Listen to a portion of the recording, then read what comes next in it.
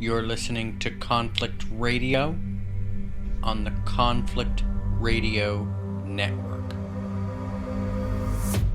Greetings and welcome to today's Conflict Radio.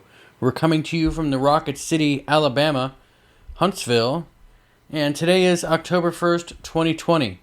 We're going to jump right into it today with Michael W. Hall and Jared Murphy for an interesting conversation on disclosure. Michael W. Hall, the Paranormal Lawyer, is an attorney, doctor of Jurisprudence, and former Superior Court Judge pro tem.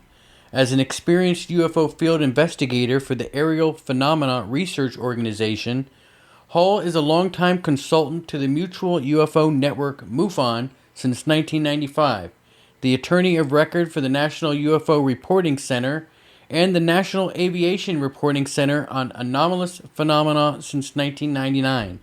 An experiencer himself, Michael has also represented such noted ufologists and researchers as Grant Cameron, James Rigney, Chief Petty Officer Kevin Day, Peter Davenport, Dr. Richard Haines, and initial Travis Walton alien abduction scientist researcher Dr. James Hardin.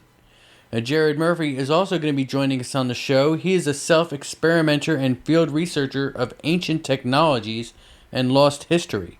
Jared Murphy has traveled the world searching for evidence of advanced ancestors and high technology. He's written a book, It's Not Aliens, Worse, It's Us, Discovering Our Lost History. This is going to be a fascinating discussion between two people, and I really hope you guys enjoy. We'll be right back with both of them on Conflict Radio right after this. Welcome back to Conflict Radio. We got Michael W. Hall on the line and Jared Murphy, both guests today. And we're going to have a conversation, I suppose, about disclosure and the Cabal and the Alliance and what's going on with all of that. Michael, how are you today? Oh, I'm doing awesome out here in the Seattle area. It's a beautiful day, kind of like the cusp of the fall is starting, but it's like 75 degrees, so beautiful. Is it cloudy or sunny? It's sunny right now. It's weird. You know, I was on Bainbridge Island for like a week and a half, and I think it was cloudy every single day I was there. Oh, hey, that's the whole winter time. We got about 6 to 7 months of that for sure. Awesome. And Jared, how are you doing today, Jared? I'm doing great. We got that beautiful fall afternoon day too. The leaves are changing. Minneapolis is looking pretty good. Yeah, I don't know about you guys. The allergies are kicking my butt. Yeah. So let's just get going. Michael, you were talking, and I guess your Facebook viewers kind of heard a little preview of what we're getting into, but I had a question about the Alliance versus the Cabal as far as disclosure goes. What do you think's going on? Are they both trying to do disclosure are they both trying to control disclosure, or at least are they in an agreement with how to do it? Yeah, no, they're not in an agreement, that's for sure. And this is, of course, we're talking UFO ET disclosure. You know, the idea that something is happening very soon, maybe.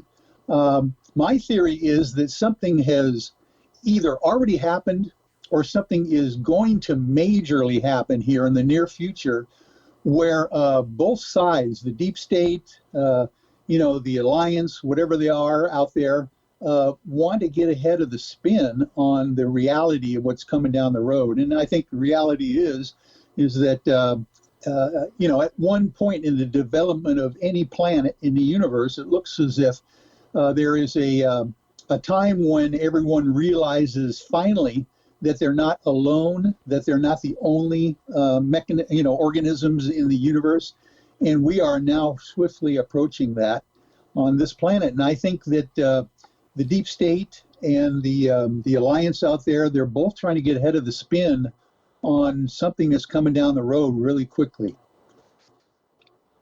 So what do you think that is? You think it's going to be a landing, or maybe there's a fleet coming here? It's very possible there could be a mass awakening, kind of like a mass enlightening, or a major event. Or perhaps there is going to be, I've always said this, perhaps there's going to be just one tipping domino that starts a chain reaction over the next short period of time. That once the major domino breaks, for instance, the Admiral Wilson smoking gun memo of the century, if that turns out to be a correct, assessment of what's going on, and there's actual official confirmation somehow or some further leak in that regard, which we've gotten some many amazing leaks from, the scientist Eric Davis and, other people, Hal Puthoff and those kinds of people that are involved. If there was a major domino that tipped like that, immediately it would start tipping everything else. The whole house of cards would come down, and the paradigm would happen from within at that point. So, yeah, something is going to happen. There's no other explanation of why, starting in 2017, that the Department of Defense and the Pentagon, on the front page of the New York Times, confirms the existence of UFOs for the first time in history, and then all of a sudden, all of these mainstream media are jumping on board now. So there's something happening real quick. Yeah, now, the one thing that I've noticed is when it comes to the mainstream media and disclosure, they seem to always turn to the Stars Academy for their answers. So it seems like they're in control of disclosure. Yeah, well, that's exactly what you do. Some people might call it controlled opposition. Of course, it's not really opposition if each one of these guys are involved in the deep state heavily themselves. So maybe it's just controlled direction of disclosure.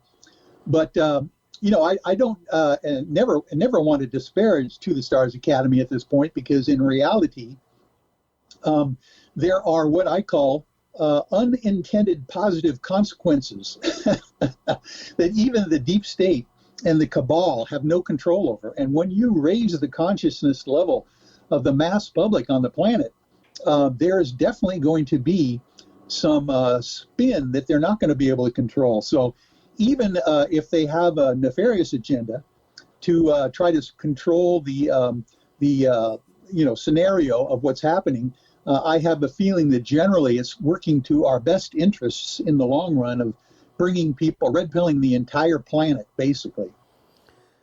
Yeah, you got to wonder if the public would not be better off accepting the fact that there's one race at first rather than, 30 or 40 different races visiting us at once. Maybe that's what it is. Well, I think you're probably right there. I think that's the reason why they keep doing this drip disclosure. If you'll notice, there's been some, major leaks that have been happening recently, starting with the Navy, let's put it that way, or even the New York Times article in 2017. They put something out there, they kind of float it, it's almost like a pasta thing. They throw it on the wall, see if it sticks. Then they pull it back and they let some time go by and just they kind of let it ruminate, within the public consciousness. And then they kind of slowly but surely creep up to the scenario that they want to get out there. And I think indeed you are right that there's, we've all heard the rumors of the 57 sauce of, how many races are visiting the planet and have been for eons. But I think they need to do it one baby step at a time. Jared, what do you think? Well, he already touched on that point of the U.S. military coming out with that story. I remember when they released that, it was around June of that 2017, and for everybody paying attention, it's like, okay, they're finally admitting this socially and out loud, and as usual, there's no follow-up with the news. It's out there, but it's not really out there. And then, yet again, I remember even recently, some of the released fighter pilot just, very, blurry pictures and stuff. But they make a point to come out and say, hey, we've been working on this for years and we want the public's help. Well, it would be interesting. I guess my question would be is, have you seen anything, at least from an internal I don't mean secret. I mean stuff that they're making public that just isn't getting news time that relates directly to the disclosure that, hey, we have a program. We know there's UFOs. Here's what we know. I mean, have you heard anything about them detailing that dialogue any further? Well, let me give you a little history on that, Jared, because let's go back to 1954, I think it is. Canadian official Wilbur Smith actually wrote a memo. I don't know if you've seen this. It's in the CIA documents. It's all over the internet, where he confirms that the Canadian government was told by the U.S. Military that that UFOs are real, and it's the most high classified subject in our country, higher than the H-bomb program. That was back in the 50s. Wilbur Smith memo. And of course, ever since then, there's been all sorts of other things that have been trotted out, like, the MJ-12 documents and all that kind of stuff. But who knows, there's controversy on that stuff. Now, the latest things, by the way, are this, Admiral Wilson smoking gun memo that we've all heard about. And I was involved in the actual release of that document back in January, where I received it initially January of 2019 through my client, Grant Cameron, who was the guy who uncovered the memo. In that memo itself, it mentioned all these things about, crash retrieval programs, the fact that they had, a craft that they were in possession of that could fly through interstellar space and our atmosphere, underwater, and then through dimensions. And now, I don't know if you remember, but Dr. Eric Davis, who is the subject of that Admiral Wilson memo, the guy who actually supposedly wrote the thing, actually now came out and confirmed for the first time that he has been briefing high-level government officials in the military and the United States government, confirming that we are in possession of downed extraterrestrial craft that are not made of this planet and not made by human hands. I know that. Now, that is just stuff that's been happening within the last month or two that literally kind of gives you some pause of thinking, why are they doing this? Why is the Navy, really pushing this tic-tac thing that happened in 2004, and why are they talking about those things now? So, yeah, it's interesting. There's a lot of speculation that a lot of the tic-tac UFO is actually highly advanced humans, that we have such highly advanced technology that the world elites keep from us, that the tic-tac UFO wasn't actually a foreign UFO after all, that it's really just highly advanced humans, and that's only for the top 1% of the earth. Well, that's a very unfounded argument with very little scientific backing by any of the participants involved, including Commander David Fravor and one of my clients, Kevin Day, the petty officer that was in charge of the radar and those kinds of things. They're saying that, and of course, even talk to Luis Elizondo, from To the Stars Academy. These things are portraying observables that are totally impossible for any physics that we know about on our planet. So even if there was some, organization privately or governmentally on another part of the planet that could do this, they're violating physics to begin with. So that's why they think it's not of earthly origin. What do you think, Jared? Well, so you may not have read, but I spent 3.5 years working on my book, which, based on the technology left in the ground, right down to engineered soil, and some of it, the indication that modern anatomically correct humans have been on this planet for millions of years, not just hundreds of thousands, but that the chance based on the technology. Yeah, and so the idea is we have this lineal template for history, and I think that what we're looking at when you see cymatic polygonal construction and when you see giant stone spheres, and also the existence of engineered soil, which has not just great growing properties, but there's a lot of electromagnetic issues with it. Abilities. It has basically what was in my research, what I think what we're looking at is at least one fallen advanced human society that remnants of that made it through catastrophes likely prior to the Younger Dryas. And we have seen in our what we would call, maybe post Younger Dryas, or what we would consider the modern template for human history, that these interactions with these giant high-tech whether it's a saucer, whether it appears to be an alien race, is more likely a group of people that at one point had command of frequencies, wave technology, genetics, like the Paracas people of Peru, that it's right down to engineered soil, that if they wanted to change and do 0-point dimensional turns, well, you might need a shorter body for that. So just like we would go to plastic surgery, I think that we rose to a much higher level of technology in the past. We fell through either natural disaster or also conflict, and that those groups survived, rebuilt. And what we frequently identify as alien is likely highly advanced humans that have lived alongside us all along. I mean, there's 150 tribes on Earth right now that we don't run to and give them Facebook access and phones and cars.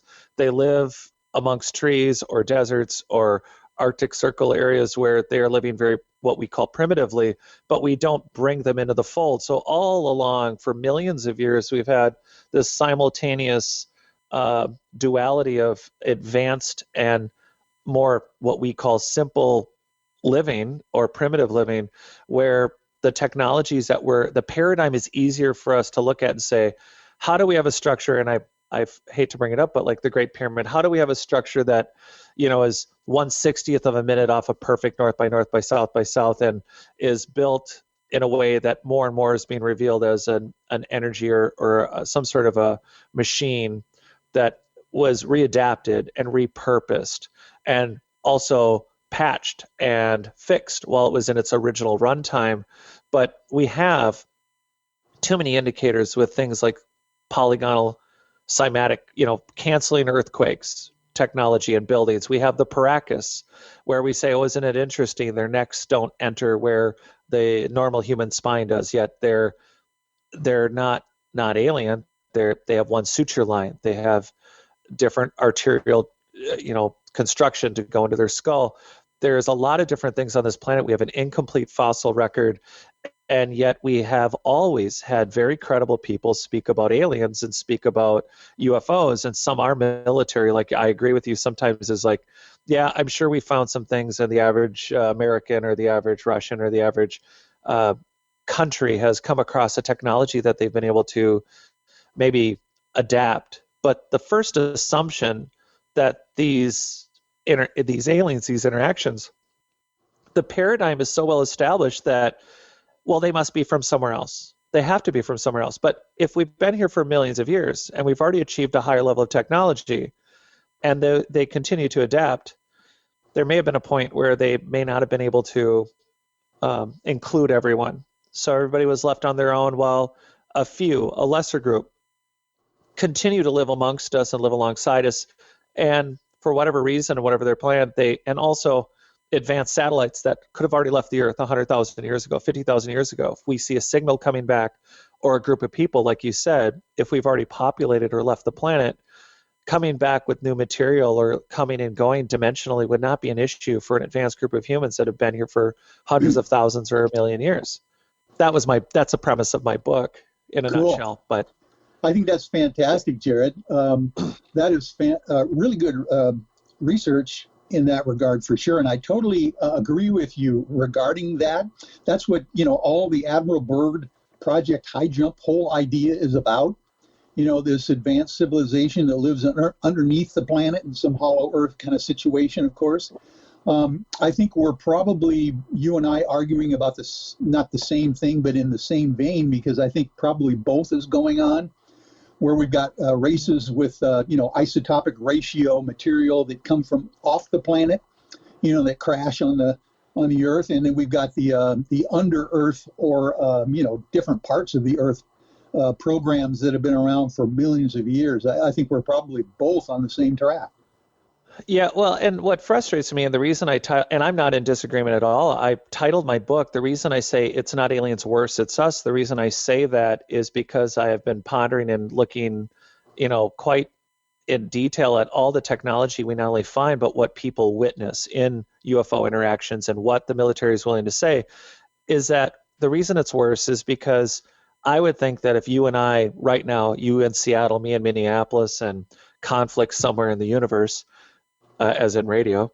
But if all of us were to experience a disaster, I would think we would all attempt in our way to try to take care of each other and try to raise each other up. The idea is so maddening to me that a group of humanity would stay ahead of us so far and watch us fall on our faces so frequently and not feel that we were capable or conscious. We keep saying we're 10 to 15% conscious. So even if evolution was half true and the ability to force an adaptation through 100% consciousness, we're basically, I've suggested we live in safe mode, that we're in, we're at minimal capacity. We're working not at our maximum potential at all. And so this is us like a crappy computer in safe mode. Meanwhile, there's these alternate races or these developments, and over the course of millions of years, when they left, how often they go, how far they've gone, what's developed beyond this planet. The assumption is when it comes here and crashes that it is foreign, that it is an entity that is new to this planet.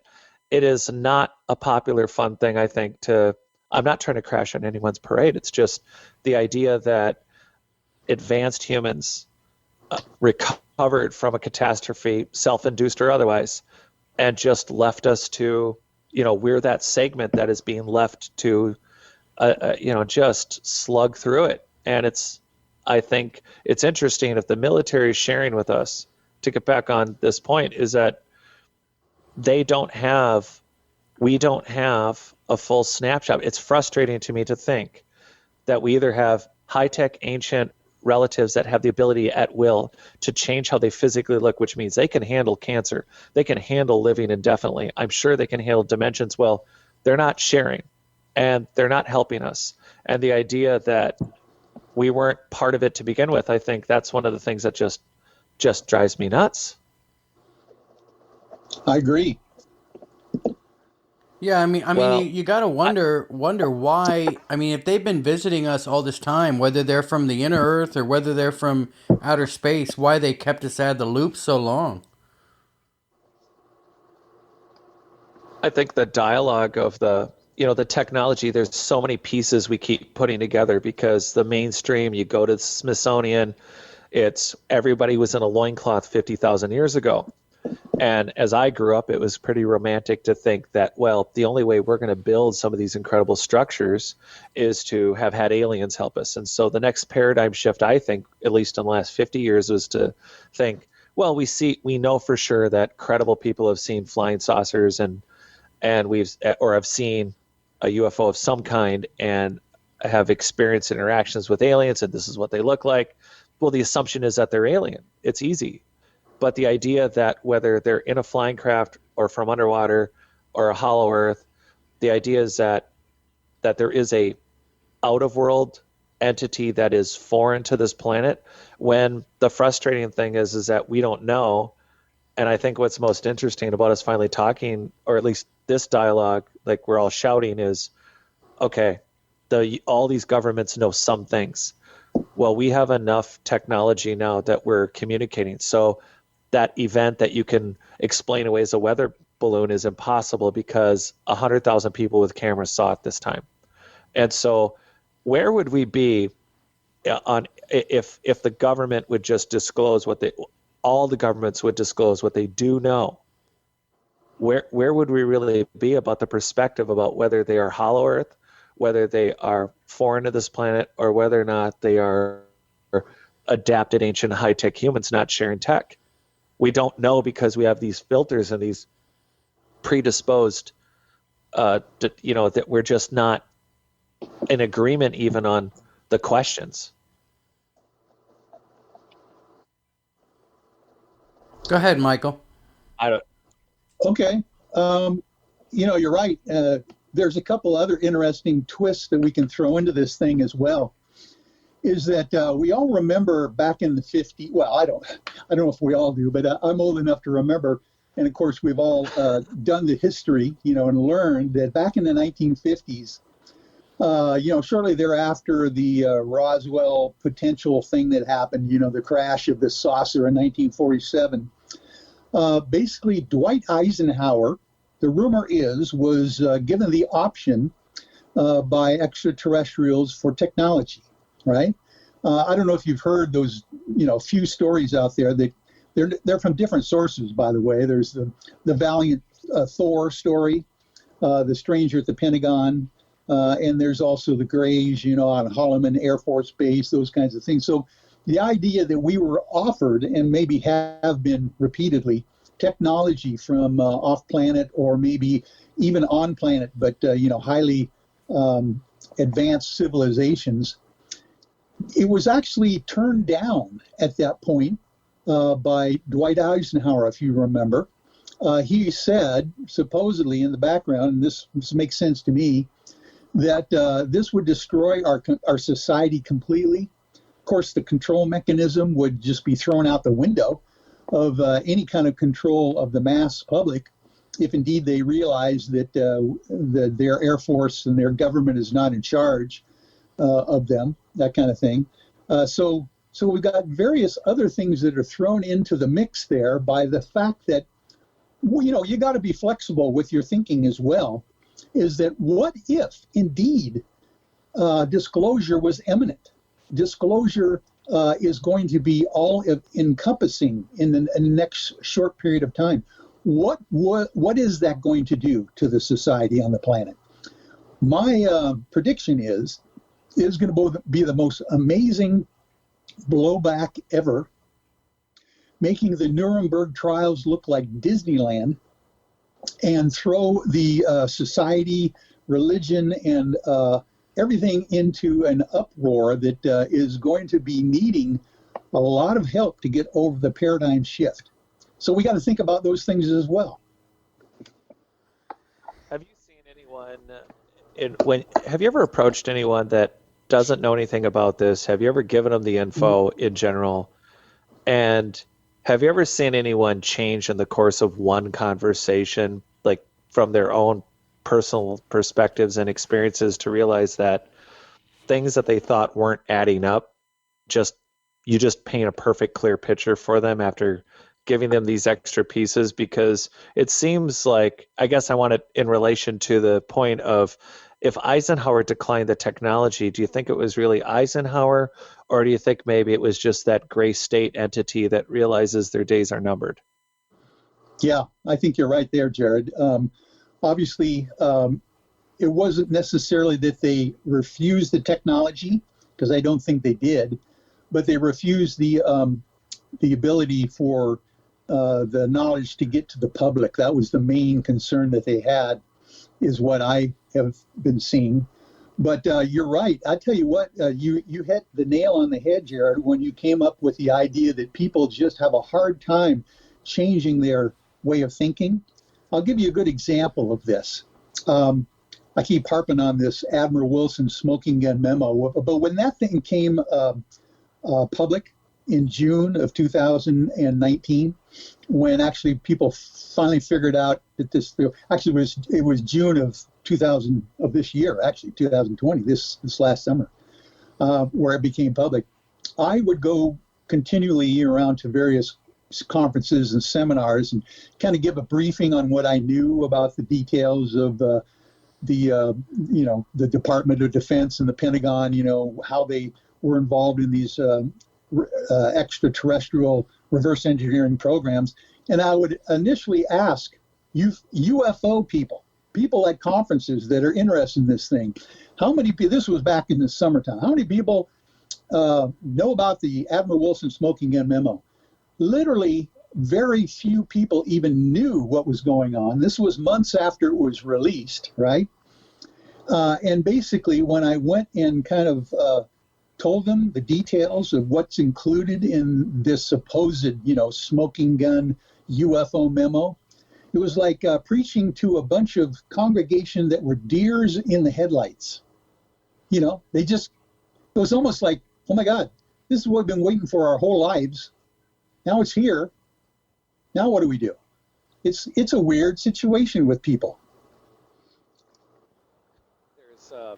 It's fun when it's the abstract idea of it, everybody's had a friend of a friend or themselves, where there's just so many interactions now where there's something that it's not fog, it is not a weather balloon, it is something that is foreign, that is acting in the sky, that is not performing the way physics should work. I've seen it myself a couple different times in a couple different instances, and at the same time, then there are these stories of very credible, normal, vanilla people that would never say something as outrageous as, well, Jared, it was the late 50s. I have a friend. I won't out him for it, but he said, myself and 7 friends were headed to a baseball field. It was a summer afternoon. He said no less than 6 saucers stopped above our head. That's what they looked like to us. They were they were UFOs, Jared. This man has a very technical and engineering type job. He is not a UFO enthusiast, but he was serious as a heart attack. He had a fleet of vehicles that stopped and hovered above the boys for no less than 4 or 5 minutes. And you have story after story after story of people interacting this way. But then it comes down to what's the practical application or technology of the information that the government may or may not decide, okay, well, we're not going to share with the general public, but we're going to take this technology on. And I wonder, what does that look like for Russia? What does that look like? Any country? Do you feel that you're hearing equilateral, at least from your info on it, besides just these memos?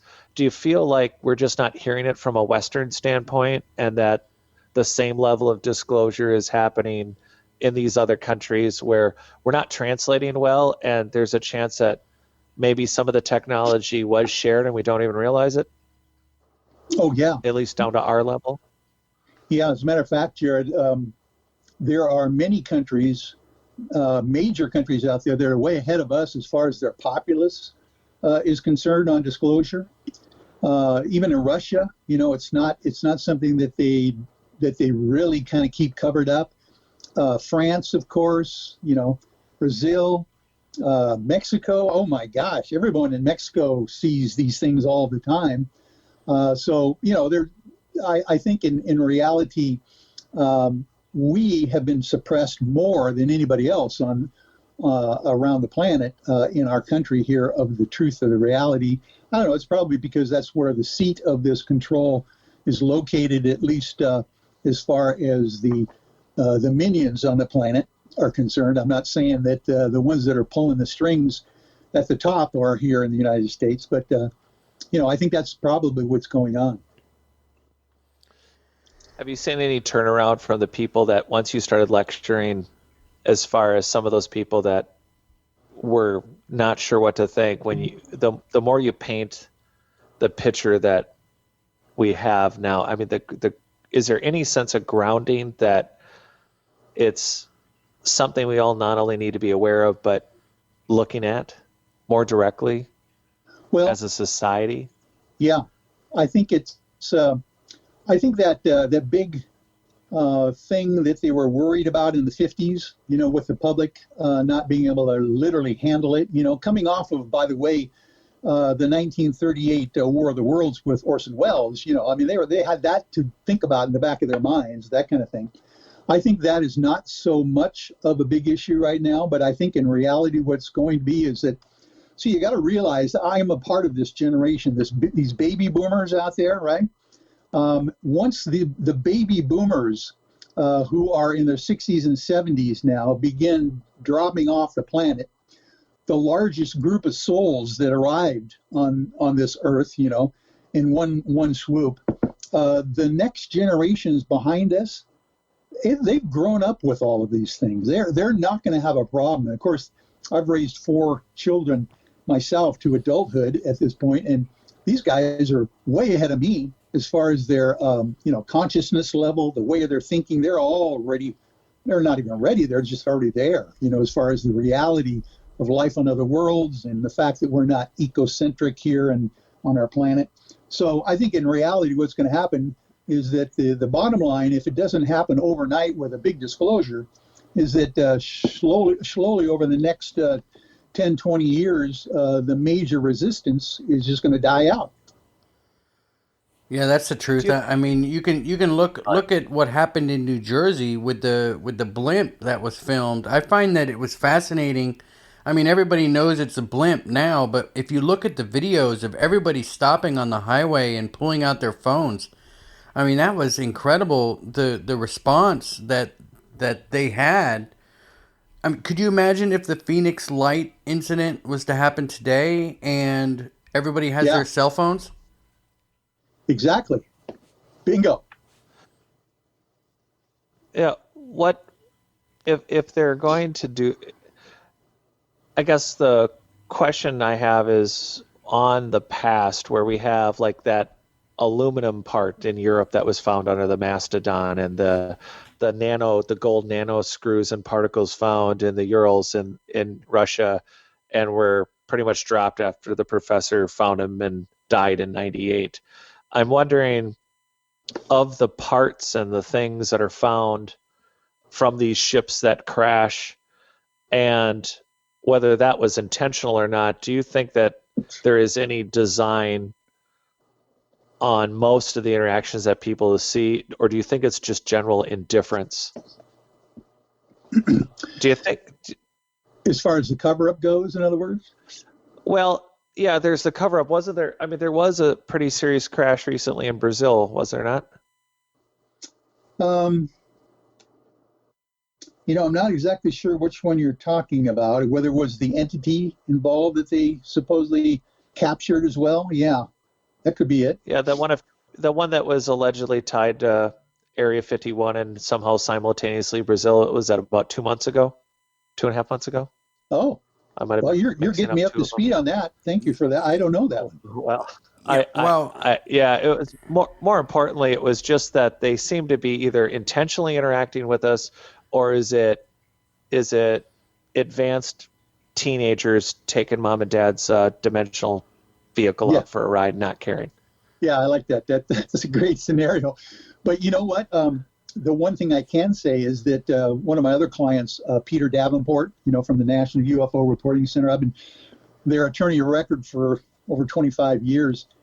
Peter says that there is no explanation of why the spike in UFO and UAP sighting reports have just gone through the roof in the last 2 years, and not just from the COVID thing, So he thinks that there is some kind of a major push on either by the entities themselves or by the government in not covering up so much, that something's going on as far as the actual volume of and quality of the sighting reports that are happening. So who knows? I think that's why I have the impression that something major is about to happen, because the sighting reports are up. The quality of sighting reports are just getting crazy. I mean, literally including entity sightings of actual beings and robots and those kinds of entities, as well as the disclosure that we see in the mainstream media. So it's unprecedented. Michael, what kind of robot sightings do you mean? What are you talking about when you say robot sightings? Well, do you remember the Pascagoula, Mississippi case with Calvin Parker? That was back in the 70s, but that was one of the first descriptions. And to be real blunt, he basically described what we would call a Michelin man, kind of figure, kind of puffy thing that looked like a cross between a marshmallow man and a mummy. I don't know if you remember that sighting. But these kinds of issues, and then of course you've got, different types of sightings that don't correspond necessarily to just the little grays, or the reptilians, almost as if they've got drones or avatars that they can put into some of these ships as well, so they don't have to worry about their personnel or something when they go exploring or abducting or whatever they're going to do. So that's what I mean by entities. That's pretty interesting. So do you think that it's possible that we're just not able to see everything that's out there right now, that our brains are sort of in a safe mode, our eyes aren't seeing what's really there? Maybe all of this stuff has been there and our brains are just getting to a point of evolution where we're going to start seeing these things, and they've really been there all along, we're just not able to see them. Yeah, you're right. I'm right on there with you in that regard. We've got kind of a limit. Well, let's just take one of our senses, the sense of sight. We have a limited spectrum that we can actually see light as human beings. We can't see in the infrared. We can't see in the ultraviolet, right? That's just one of our senses that is limited in our perceptions. And I have a feeling that there are sixth, seventh, and eighth senses that we're not even being able to access that literally is missing the reality around us. There's a couple famous ufologists that have gone there in this regard as well. One of them is James Clarkson, our local MUFON state director out here in the past in the state of Washington, has written books about sighting reports where people literally see a UFO, traditional, disc-shaped object in the daylight sky, blue sky, literally that goes, he said, the reports say, through a slit in the sky and just disappear almost as if it's going into an envelope. And then, of course, we've got Jacques Vallée, the godfather of modern day ufology, who says that he would be very disappointed if the ET answer is just extraterrestrial. He believes that it's interdimensional, and those kinds of issues that we have to keep in mind when we're thinking this as well. And I think you're right, Jared, that we just don't have the capability currently, most of us, to even perceive our surroundings. Well, I can't recall her name, but there's a neurologist who does a TED Talk about how the very first thing that develops in us, it's about a 30-minute TED Talk, about how the skin as an organ is very interesting. And it's only recently that neurologists are starting to understand that the skin does have the ability to literally see, and it can see in infrared. But I think this ties into exactly what you're saying about not only unknown abilities. I talk about this too, about synesthesia and these other senses and our abilities to consciously control them, and the idea that the skin can see in different frequencies, which infrared is, that the ability of a modified, tripped out human with large eye consoles, black eyes that could see other frequencies and spectrums, handle 0-point turns, that our ability to comprehend how we would choose to live life, and or as we're reconnecting with some of these abilities, it's exactly that. We're just not aware. Our sciences are either just becoming reaware, or we ourselves are just becoming reaware of abilities we have. Like I keep beating the drum. I was able to go to the very first Wim Hof training session in America when he came here to develop. In 15 minutes, you can go through a process to learn how to use a practical breathing technique and cold water to consciously control your inflammatory response and your immune system, which is not medically possible in the medical textbooks, yet is being proven over and over and over in medical settings, and tens of thousands of people are reactivating an ability that we've forgotten that we could use. And so between unknown abilities that we might not have at all, or sixth or seventh senses that we're just not mixing them together, or established ones like synesthesia, where we say, okay, well, science says 20-30% of the population has this, where they mix, your senses, where a sense of smell, you might see a color, or you hear a word and you might see a number, or it's where what we say is, okay, well, you just have this ability where your senses are configured in your mind, yet having the ability to see someone else and be able to sense what they're touching or to sense what they're feeling and be able to do it on a mental canvas or in a three-dimensional space. These are actual abilities that we look at as a mutation or an accident, when in reality, neurosurgeons will talk about being, we don't know a lot about the human brain. You could put it on the tip of your pinky. We're not sure. Yet we keep reactivating these abilities and we see things. We see, just like what Mike was saying, I think we're seeing not maybe something we didn't know, but something we knew, but maybe we even genetically forgot. And here it is, like you said, there's more and more sightings. Why? What's the tipping point where we won't just completely pass out at the truth? And is it anger? That's the other thing. It's not the shock and surprise of, hey, we're sorry, we're your highly advanced ancient relatives. We've been here for millions of years and we couldn't bring you back in and we know you've been suffering. Is it more likely that there could be a level of rage and frustration that you guys could have helped us out of the last 6 conflicts around the world? What's up? Yeah, you got it. Well, I tell you what, Jared, this is very fascinating discussions. I'm so glad I was able to be a guest on this show with you because I am learning a whole lot from your knowledge there and what your research has been. And this kind of dovetails what you just said with one of my clients, Grant Cameron, has been saying. He's written a book called Contact Modalities himself.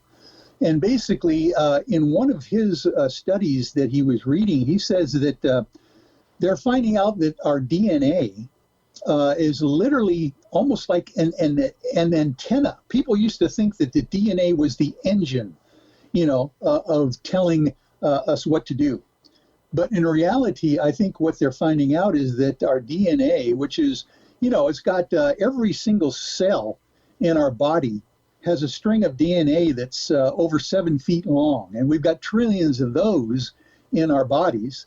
And he says that basically they're finding out that the DNA acts as more like an antenna, taking information from the universe around us and telling us what to do or, giving us directions. So I think we're going to be finding out that our unique organisms here are, like you said, underutilized and capable of a lot more than we can even imagine. And I think we're probably on the cusp of realizing that.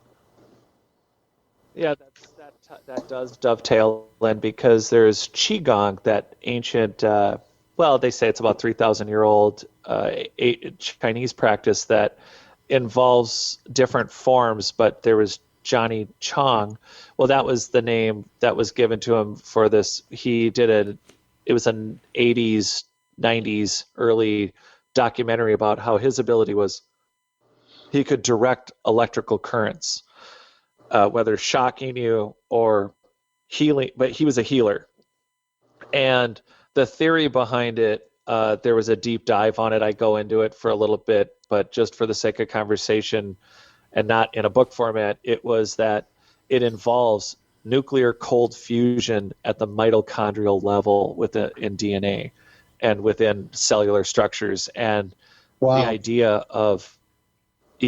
idea of being able to be a living entity where you and I are engaged in this conversation and we have enough consciousness on what's happening internally and externally to us that either a shared memory, shared experience isn't just a matter of like Facebooking live or on a cell phone, but we were either connecting directly mind to mind, and in an idea share, we are tweaking based on as we travel through the solar system. We're going through different frequencies and waves, not all of them good. So instead of a virus or a bacteria being the issue, it's actually the frequencies and waves, the little actual, not woo-woo, but the actual vibrations of the universe.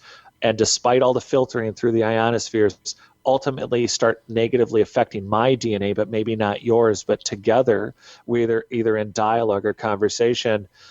Maybe there's a way that we once tuned each other, that we actually were able to affect that DNA programming positively when there's also those interferences throughout the universe and also through the planet where, we've talked a lot about recently about programming people through DNA, through maybe different frequencies and bands. But that right now, the idea that we are on the edge of recovering what was once a natural secondary, just get on a bike and ride ability to repair or to change or to adapt your DNA at that level and do it almost either instantly or over a short period seems to be more like a rediscovery than something that is new. Because how else do you explain the Paracas of Peru? And that's just one. We have these elongated skulled people all over, and the first assumption is, again, well, they're either alien or adaptive alien genetics, when in reality we don't have a complete fossil record, and to become a fossil is an exception. So we have a physical look to look at and say, oh, well, they look different, but these abilities that you're talking about, the idea of or the idea that you could send information directly to DNA or through water or through breathing, why would that not have been our standard, our go-to? Yeah. And now here we are, we're broken now. Wouldn't it be cool in the very near future? Of course, we might be doing this and have done this for eons, but we have a screen share option, on Zoom or on social media where we can like show people pictures and videos. What if we had a Mindshare opportunity, where we could just do it through our brains to one another? And I think probably we have in the very distant past been able to do that when we didn't have so many distractions. And how else can you explain, for instance, people who are couples maybe of 50, 60 years, people long-term, partners. When one partner dies, the other one maybe lives longer, but a lot of times just goes right after that because they seem to be in tune with one another. And when they're gone, there's something missing in their lives. Who knows? There might be something to that. You know what? Not only that, but how often do you hear the joke, just tying in, is that you've been together a really long time and, hey, that couple, they look alike. Yeah. They've already Exactly. done. Well, yeah, they've already done the studies where when you and I are just like, we're all talking, but then there's also eye contact, and yeah, there's video or there's being in person. They've already researched the brain entrainment, how everyone's their brainwaves actually sync, and that there's an actual spoken, just some on atomic level, we are connecting and we all start to sync our rhythms. Why is it being missed that people who have been together long term aren't just starting to look alike because they're picking up each other's habitual habits and getting the same bowl cut at the stylist, but what if they're actually starting to actually physically change their DNA because they are connecting and actually becoming?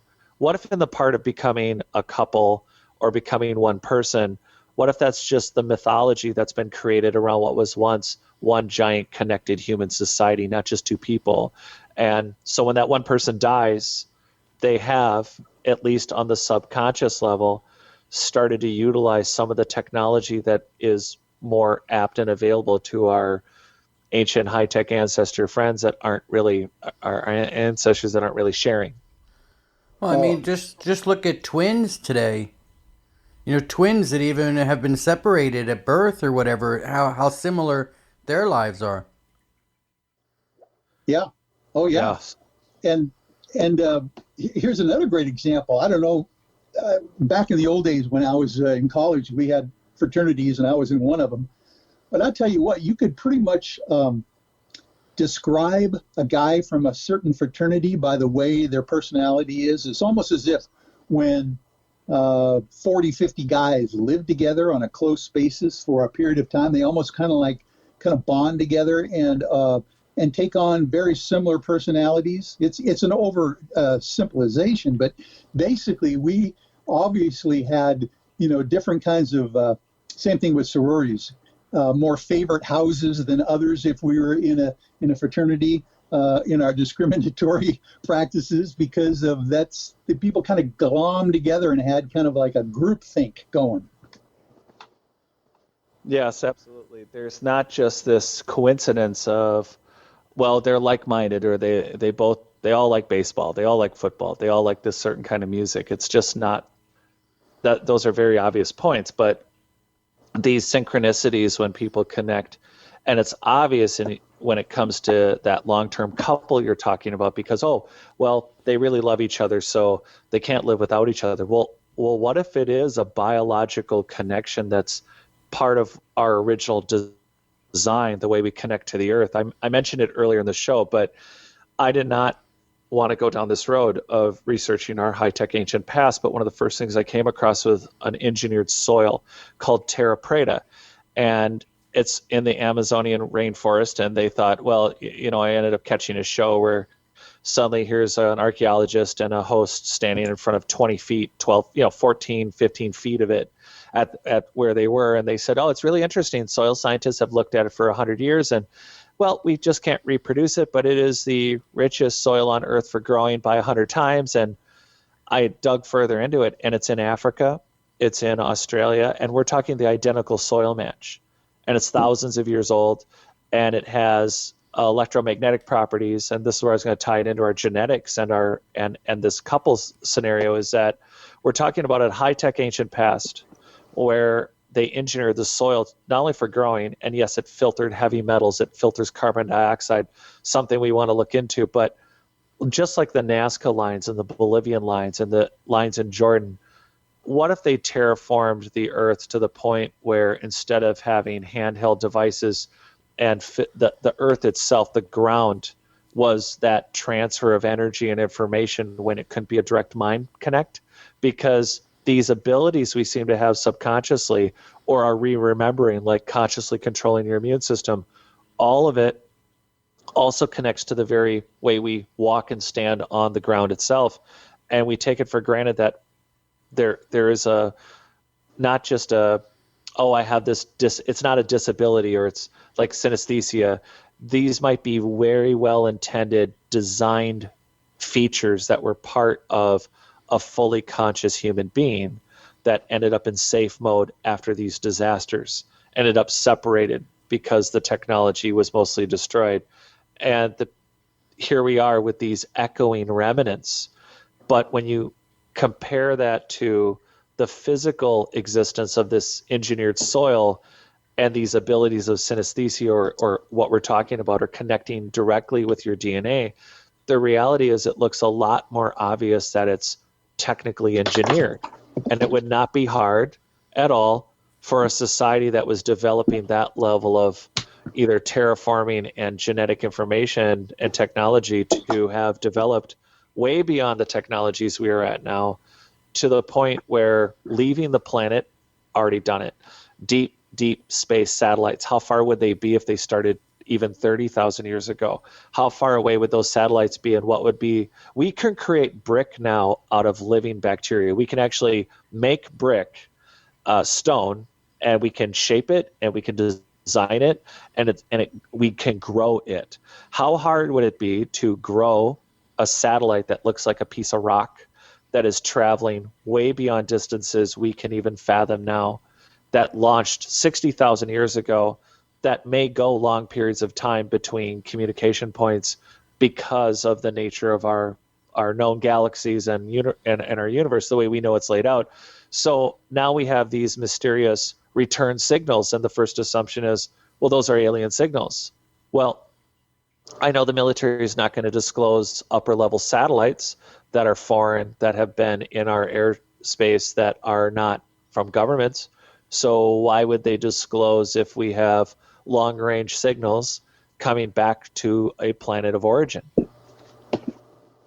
Just an idea. Oh, I think I just love it. Yeah, you got it.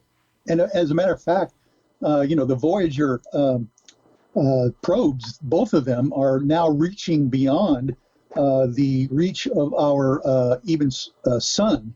Now it's actually going out into what they call deep space, and finding out new things as well. And the way they communicate with those probes that we've sent out is with this ELF, extra low frequency, megahertz things that are very small and low frequency. And basically, you're right, they can use those for communications over long distances. Who knows if we've already received those things in return from, other civilizations that could have even been on the planet at the time when they sent it out. So I think it's fascinating what we're coming across right now. And I think we're all correct that everything that we speculate upon is just probably a part of the picture. And I think that there isn't, everybody has to be ready to be wrong. It's not about being right. It's about, we have these pieces of a puzzle that is it's the same thing about the past. I call it a search and rescue, not a search and recovery. Our past, our advanced ancient past, is so relevant to our future that the same thing with these observations that everyone's making.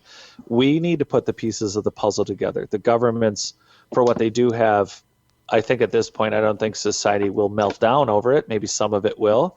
It does have implications for some people's belief systems, but the reality is that the truth is not revealed to us on any level by anyone. And having this dialogue is so invaluable to, one, making people more aware that there are greater truths that not only need to be discovered, but decoded. Yes.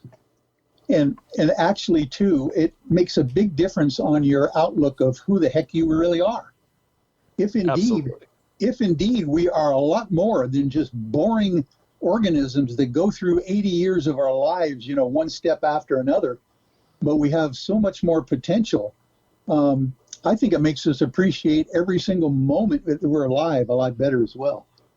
Well, what about the idea? What about the idea that some people claim when they look up at the sky that they see a grid pattern? That all of this is possibly a simulated program of some kind. That we're not even. None of this is even real. Bingo. Who knows? Until you're standing on the same space deck as Enoch did, then I know what it's like. I know what it's like to take off in a plane, but I'm pretty sure it'll be better than a Disney ride if I can hit one of those commercial space flights sooner than later. By that, I mean, 20 years? Yeah, and Jared, have you ever, this is the closest I've ever come to that realization, Michael, is that have you ever experienced in that twilight mode in your mind just before you fall asleep, the changeover from consciousness to subconscious dream state? And sometimes you'll float in and out, for just a period of time. And if indeed something wakes you up, you remember that transition that you were just feeling. Yeah. That's as close as I've come to the idea of either an out-of-body experience or a lucid dream, or the idea that my reality is much bigger than even my waking consciousness. That's as close as I've ever gotten. I think I am lucky. If you want to count being really cold lucky, I have that ability in Minnesota, and I got to tell you that practicing that Wim Hof method, where you're doing a breathing technique, it's not about you're sitting there and counting your breaths and just your mind is nowhere. This is a very connective process that I think does reboot some unconscious abilities. And a lot of people have documented this, but I've seen geometric patterns. I don't mean because I'm going to black out. I mean, between the breathing technique, you do not need to think about, like in a yoga thing where your mind is supposed to go and all your troubles are on a cloud and you're going away. That's not what this is. This is when you practice this and you practice the cold therapy and the breathing and the process, I have actually seen incredibly complex, I want to call them almost like beehive patterns that were three-dimensional and bright orange, black background, very structured. And I have never thought in my life about I'm going to see these structures or I have this vision of what this is going to be like. this technique, and again, it takes about 15 minutes, but when you do it, it opens up your mind in a way that I think a lot of people, I've heard people I have not tried through any other ayahuasca or through a drug induced or a ceremonial induced way. I've only used this technique, and it's for me a way that I had no idea or no expectation that I would connect physically to and have a hypersense of undescribable physical and mental connection to not just what's around me, but way beyond. I think it's a worthy endeavor to give a shot, but at the same time, it's not anything I ever expected. I never expected to have that complex of a, I don't know how much I've actually communicated or described this correctly, but it's like you said, it's that dream state. It's that, but it's control, but it's happening, but I'm not controlling it, but it's not directing me, but you're plugged in. I don't know. I think that would be the best way to put it. Jared, just to make sure people can understand what you're talking about, did you say Wim Hof? You want to explain how we find out? Wim Hof, WIMHOF. He's called the Iceman, and he is the first man on Earth that a few years ago. There's a bunch of documentaries on him, but I have a friend with an autoimmune disease, and he asked me to look into this guy, and he held 26 world records at the time. He climbed Mount Everest in shorts. He ran 26 miles barefoot in shorts at 20 below zero weather. And at first it's like, okay, wow, he knows how to not be cold. But they put him into a number of different universities, and then he was able to combat he was able to be in extremely cold temperatures and maintain his core body temperature and do it well for many, like even packed into ice. And then the second thing he was able to do was control his autoimmune, his inflammatory response, his autonomic nervous system, which is considered an unconscious thing that you're not supposed to be able to control. Although there's many Eastern monk meditations that they've proven you can control your heart and other unconscious abilities. Wim Hof is the first person that was able to be proven to do it in a medical situation, in a circumstance that way. Closely behind him is another guy named Stig Severinsen, also from the Netherlands, and he's known. He has breathology, and he held his one breath for 22 minutes in an ice cold cooling, just a pool at just above freezing, and it was observed and recorded. You can watch it on YouTube from, I'm sure it's a number of places, but you can look up Stig, it's STIG, Severinsen, and he does a similar breathing technique, and he has also done the research that lung capacity and that this meditative state is not just a surreal, superficial, think about your clouds on something and let everything float away. It's nothing like that. This is like you are immediately plugged in. And Wim Hof came to America, and I was able to meet him and learn the technique, and I've been practicing for about 3 years. And yeah, you don't get cold at 20 below zero, or you can be mindful of creating your internal heat. But what drug company wants you to control your inflammatory response? Yeah. Holy mackerel. Yeah, it's super neat. And what's important is that Wim, what makes him unique is, and I have nothing to do with him, I'm just a practitioner, but I will say that he has made it really clear that in his lectures, he will tell you, we have forgotten we can do this. You want a prayer? I'll give you a prayer.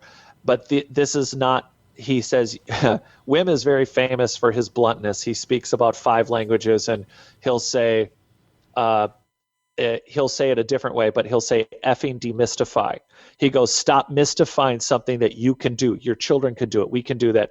And he is sharing it around the world. And this breathing technique, just the meditative breathing technique, if you did it for 15 to 20, 30 minutes, the connection you're going to feel within yourself and within what's around you, and that plug into the universe sort of thing, is quite significant. And so I think how it ties into our whole conversation is that there are things that in our conversation like now, we all have to be self-experimenters.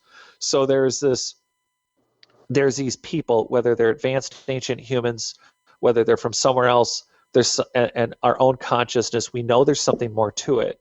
And there are ways that we are physically activating it. One is through the Wim Hof technique, and the other is Stig Severinsen's breathology, his stuff.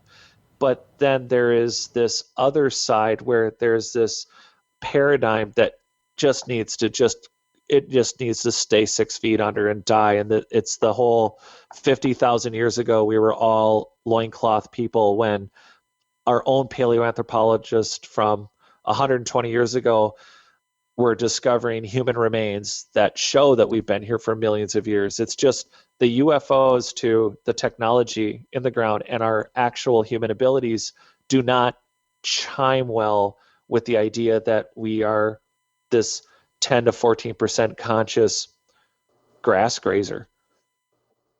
Good point. Oh, that's awesome. But yeah, you check them out if you're. It's something that's worth. It's something worth doing. That was at Treasure Island in San Francisco a few years ago. It was great. It's fun stuff if you don't mind being up to your neck in icy cold water. Wow. I'll tell you what, this is very timely for me, just so you know. I've literally recently lost well over 150 pounds with bariatric surgery because I had a diabetic condition and literally saved my life. But as a consequence, I'm very, very cold nowadays as a thin guy. So I'm going to look into this just for my own well-being is what I'm going to do. Oh, well, we should talk about it quick offline after we're done with this, because it's been very helpful to a lot of people, right down to people with cancer. I'm not talking cure, but yeah. Oh, that's great. Wonderful. Yeah. This is awesome, Michael. This is a fantastic show you're putting together here. Yeah, it's amazing what you can do when you get a couple people together that, just have different ideas to share. So exactly. This has been really great. I really appreciate you hosting us. This has been pretty spectacular again. Now, I do want to talk about alien abductions for a second, because there obviously are happening, as well as cattle mutilations. And Jared, I wanted to ask you, if they were ancient Earth beings that have this high technology and that they're coming, why would they need to abduct us to study us? I mean, wouldn't they be able to, grow us themselves? Wouldn't they be able to have their own cows? They wouldn't need to mutilate them. You got to believe that there's something from, different races from different planets, right? It's not all us. Well, I want to dive into the tech first, but that is the question. It's how much of this is foreign to the planet. Like, I guess, the Nuremberg lithograph of the starlight and battle that was seen by hundreds of people in ancient Nuremberg. They made a lithograph of an aerial combat above the town. And to the people on the ground, it looked like stars. It looked like, there's been some explanations and some explaining away of what they saw. But was that aerial combat, and also what's described in the Hindu texts, is it between the gods or is it between advanced humans? And is it an internal fight, or is it one of this advanced human race? Is it a combo? Is it advanced humans have been here all along? They survived multiple catastrophes. At some point, they retreated into a smaller group. They live amongst us. They just, we've taken over the planet at our level of technology. But is there also a foreign body that's come from another dimension and or planet or other system? And do they have a beef with these advanced ancient humans that have been here for millions of years? Do they not get along? Do they get along? But then why the abductions? And I think that partially helps answer when we reflect on why are we seeing the mutilations and why are we seeing, I guess the first answer I have is when you test something, like take water quality. Sometimes when you're trying to tweak something, you put an additive in, and then depending on the volume or the what you want it to affect, you need to see it, you need to release it into the river, into the well, into the aquifer. If you were say changing a chemical balance, or let's just take a swimming pool. You want a pH balance the swimming pool. There are chemicals you add or subtract, or too much this, that, or the other. I think when you're looking at an abduction of a real human being, it's because the testing they're doing is live testing. It's got to be in the actual pool. It just can't be in a lab environment. It's never real world settings. And as far as the cows go, that one's always been odd to me. No blood, just a completely surgically cut into animal and not a drop of blood. How is that possible? Any suggestions? Have you ever got anything on that? Oh, sure. There's different theories about that. Whether it is, for instance, the whole cattle mutilation thing could be a black ops operation to determine the toxic environment that we're creating here on the planet, kind of thing, to monitor, what's going on. They figure out if they can, study animals and what they, if they're eating grass and that kind of thing, whether that's harming, our general population by the military, or whether it's off planet and they need to use some DNA samples, the blood itself, that is been rumored to be able to be used in a hybrid program somehow to create, hybrid races that the aliens are putting together, between, the abduction scenario of human beings and then getting the cows for, the DNA or certain kinds of material that they need to help incubate, this hybrid race. All sorts of theories in that regard. It's fascinating to think that it's been going on for quite a while and still goes on. You'd think they'd have enough information if it was just an experiment with a few of the cows, but literally it continues. Well, you kind of wonder again if it must be that they're adding. My thought was that they were likely adding something to those it wasn't just random. It wasn't just we just picked this one cow because it was away from the herd. It seems to me more that it would be likely if they have that kind of genetic technology that it would be much easier to. They just choose a test subject. They've already have a test herd. It's in a certain area where they know they can or cannot. Obviously, they can come and go with impunity. So the issue is adding something to a test subject. I don't think it's just gathering. It may be that they're placing, they might be placing genetically, or, we think of a tracker, we think of a tag, we think of a radio frequency transmitter around a neck of something. It is very possible that they could have injected, or again, through radio frequency, program that cow for something because they were looking at something, they were testing something. It is quite well that it's not in our realm to, we're thinking very mechanically about what are they listening for, what are they doing. It may have to do with frequencies, sound of, again, what are we doing to the planet? What is this cow eating? It might be gathering general information, but it might also be some experiment we're just not aware of, that we have no idea what their process is, except that whatever they're experimenting with, the assumption is that it's for something new or something they don't understand or something they understand that they need more of. Like you said, if you collect any genetic information, we have 3D printers that print hearts, livers, ears.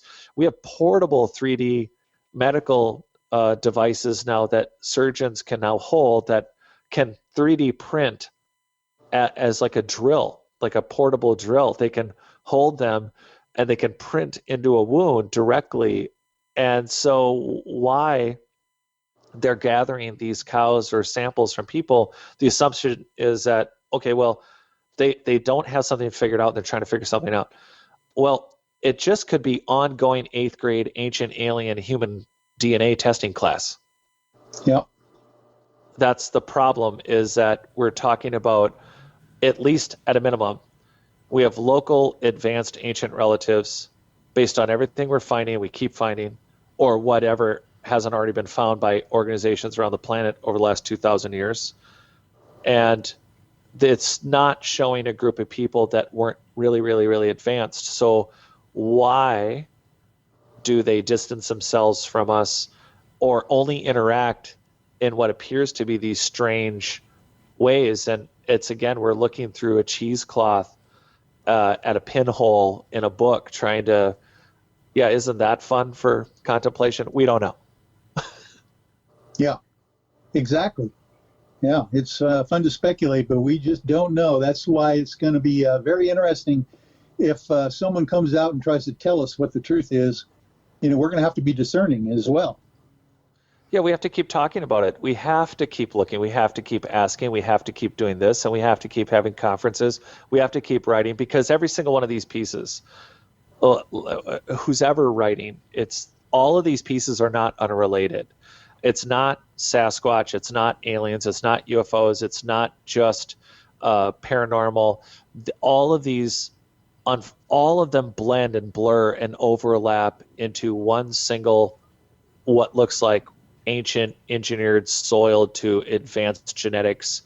And guess what? We have people like the Paracas and the Star Child, even if it's just a variant of the Paracas. The reality is we have elongated skulled people around the planet. It's not just that they had big heads. They are genetically built different. Their spinal columns, their skulls. These are people that are not, they're born and they don't look like us. And we have potentially thousands of mummies and ancient DNA that we could be examining, along with these other, what we run into, these interactions. And we could be piecing them together in an open global way, on an open format, like a wiki UFO.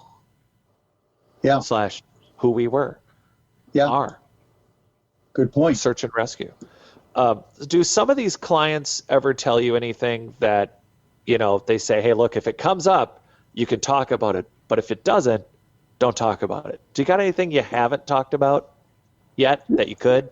Oh, great question. I love those kinds of questions. But and this kind of goes into another thing that I've been doing for for the last 32 years. I've been a general practice attorney, doing a little bit of everything: criminal defense, family law, all sorts of estate planning and everything.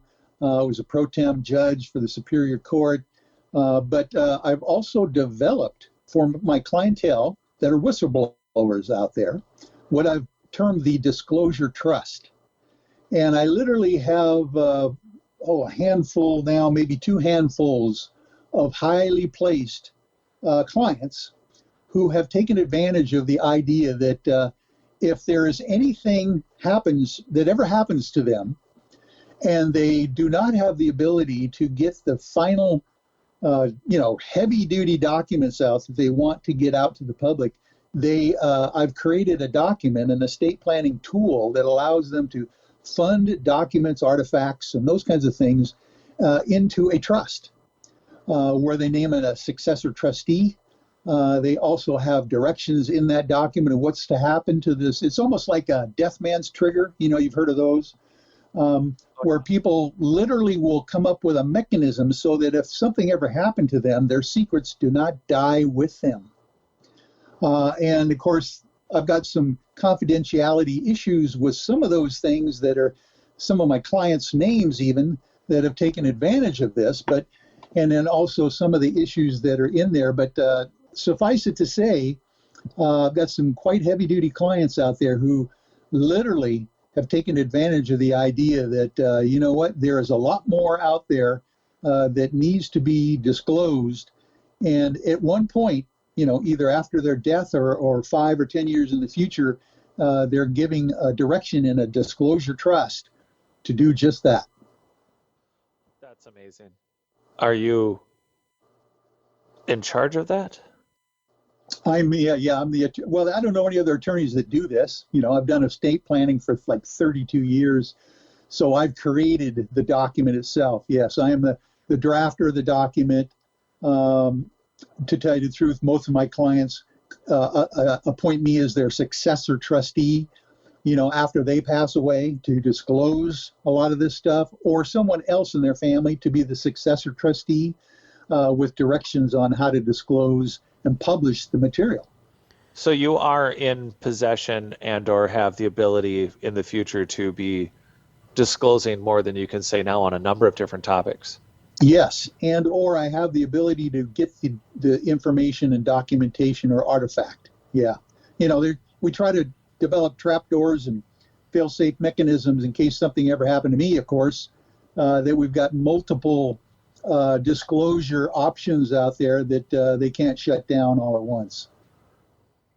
Do you think any of those, not disclosing anything, of course, about a client, but are there in a client attorney privilege, do you have access or have you been authorized with some of these potential artifacts where if you were to encounter on your own the correct maybe researcher, someone with the right laboratory equipment or the right abilities to be able to analyze the object, are you authorized to either go back to that client and retain someone that could look into those things, or are these the kind of secrets that they are just not going to come up until they're gone?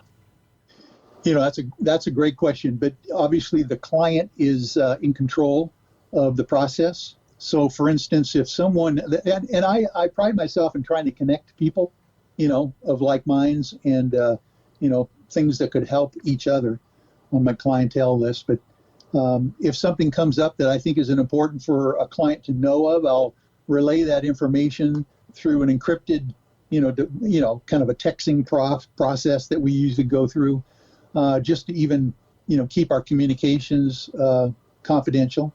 And then, of course, if they want to follow up with that new information or individual that could maybe assist them in their research or, their disclosure, then we get them together. Oh yeah, that's what I kind of pride myself in being able to do over the 32 years of my general practice and my literally over 40 years of being involved in ufology. I was in 1974 field representative investigator for the APRO organization, Area Phenomena Research Organization out of Arizona with Jim and Coral Lawrence, and I've been in this a long time. Can you give us an example of an artifact that you've recently disclosed? No, I can't do that. But obviously there are so many out-of-place artifacts out there that are all over the internet that would allow people to have a healthy curiosity. And you mentioned some of them as well. That it's just ridiculous to think that our civilization has hit its peak even now. We're talking out of place artifacts that are in million-year-old strata of coal, that look to be computers, those kinds of things. So wow. Yeah, there hasn't been any, I think, is it not undisclosable, but have you had the opportunity to release something because it's reached that point where you could disclose it, or is it too young of a process right now, and you haven't been able to, in following out someone's instructions, right? You haven't had the chance to release anything yet. Not yet. No, this is relatively new. I think I created this estate planning tool for whistleblowers about 3 years ago at this point. Ever since, that New York Times article came out, 2017, it really got me thinking. And so that kind of like prompted me to figure out, wait a minute here. I've been doing, and of course, I've been creating trusts and wills and estate planning tools for a long time. And there are all sorts of opportunities out there for people to, protect their assets. If they have individuals that have special needs, there's all sorts of different tools out there. And I figured, well, I've got some information and knowledge here. Why don't I create a whistleblower opportunity for people? Because I was just hearing all these stories of people like dying on their deathbeds and taking their you know, there are things with them, the knowledge with them that they know, and it just drove me nuts. So I haven't really been able to, for instance, get to a point where a client has, you know, either passed away or given me the direction in the document to disclose the major stuff yet. Well, we look forward to that. Yeah, well, we all do, and I'll tell you what, I have a feeling that some of the things that I'm holding in my hip pocket, or at least the clients are holding in their hip pockets, are going to be a moot point very shortly, if indeed what's happening happens here with as far as disclosure and what's happening around us. Now, let me ask you this question. Do you think that disclosure is going to make a difference on who wins the presidential election, on when we'll get it? You mean this time around? Yeah. Well, you know, we've talked a lot in our small little social circle here in ufology of the idea of a potential October surprise. And by the way, it could be an October surprise either way. For instance, what if one party or the other wants to disclose the alien presence before the election? Which way would that, you know, send the populace? Would it paralyze things and make an election a moot point itself? What if another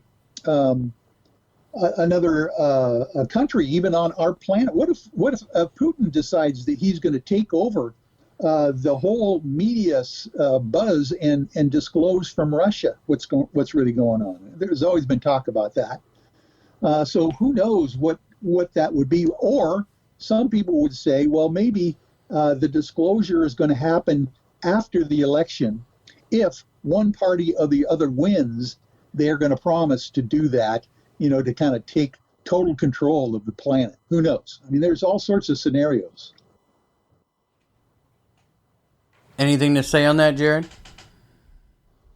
Well, I don't know. I mean, I've always thought between Eisenhower, Kennedy, and I guess our circumstances where our country was even young out of war, and like you said, the Admiral Byrd, and I think how it all ties into disclosure, at least on a government level. If you look at the history of things, even if we only take the last 100 years, it's hard to see how who's in power this time. It does still seem to kind of all fall under the gray state umbrella. The question is just whether or not are these unidentified participants, are they involved, or is it unintentional, or is it nefarious, and which is it? So I think on an election level, I don't think it's entirely relevant. I think it's more relevant to that. Who are our global elites? They are probably very well aware. The question is, to what extent do they care, if they are benevolent, and if they care about the average person? And it's hard to tell between cattle mutilations and abductions. What's what? Yeah, that's the truth. So I'm not trying to be pessimistic. It's just that part of the knowledge disclosure, and we digressed in it for a minute, part of it is personal experimentation, where like in the primal paleo world, there's positive gene expression, garbage in, garbage out. We've said it for years about what you eat determines how your body is. And that goes into that whole programming DNA and mitochondrial DNA and cold fusion at the cellular level. How many abilities and things can you reactivate and capture within your own experience of life once you have the knowledge? So you may not be able to affect everyone's eating, but it's the same thing with whether we're talking about the meditation or whether we're talking about these interactions. The very basis of we're sitting in a safe mode of high technology. Our physical beings, each of us, as we reactivate that, comes with a hunch. It comes with a genetic memory. There's a lot of talk around genetic memory about stored experiences, shared human experiences. So how much of this in coming to us, the disclosure is not even conscious. Maybe some of these crashes are intentional, but quite possibly some of these, what we're seeing are actual disclosure because it's deep in our consciousness, our buried memory, and the exposure to just seeing a 0-point turn or an envelope opening in the sky and or an actual contact isn't just to jog or isn't just to meet, it's to jog those genetic memories back to life. Therein lies the mystery of it. So I think we care a lot about what's going on with this election coming up, but I think it's just another day for we're not gonna immediately go from driving cars to flying cars. None of us got the Jetsons life we were promised right now. That's right. Where's our flying cars? Yeah. They cost as much as flying cars, and they don't fly yet. They just have bigger cup holders. All right, guys. Well, I think we're out of time for today, guys. Michael W. Hall, do you want to tell all of the listeners where they can find you? Oh, sure. Thank you so much, Michael. This has just been a fantastic opportunity for us. It's Michael W. Hall on Facebook. You can always check me out there, or you can go to UFO I Team. It's I for investigation team. We've got some Facebook presence there. We've got UFOiteam.com, and they'll find me all over the place doing podcasts from Area 51 or whatever. We've got all sorts of stuff going on out there. Yeah, and everybody can always catch you on Sunday nights on Spaced Out Radio.